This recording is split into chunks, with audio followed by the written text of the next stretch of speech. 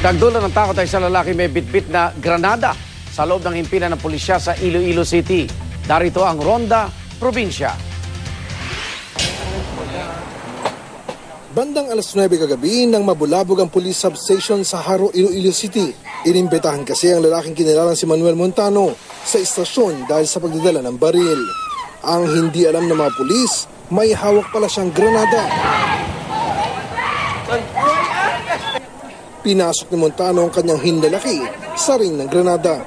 Kaya ganun na lang ang paalala ng mga pulis sa mga tao na lumayo sa area.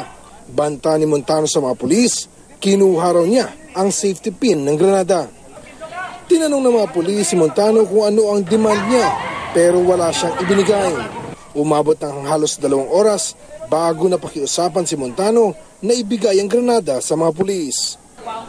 Binigyan siya ng alambre para mabalik ang safety pin ng granada. Nabawi rin naman ang M67 fragmentation grenade na kapag sumabog ay aabot sa 10 hanggang 25 meters radius ang pinsala.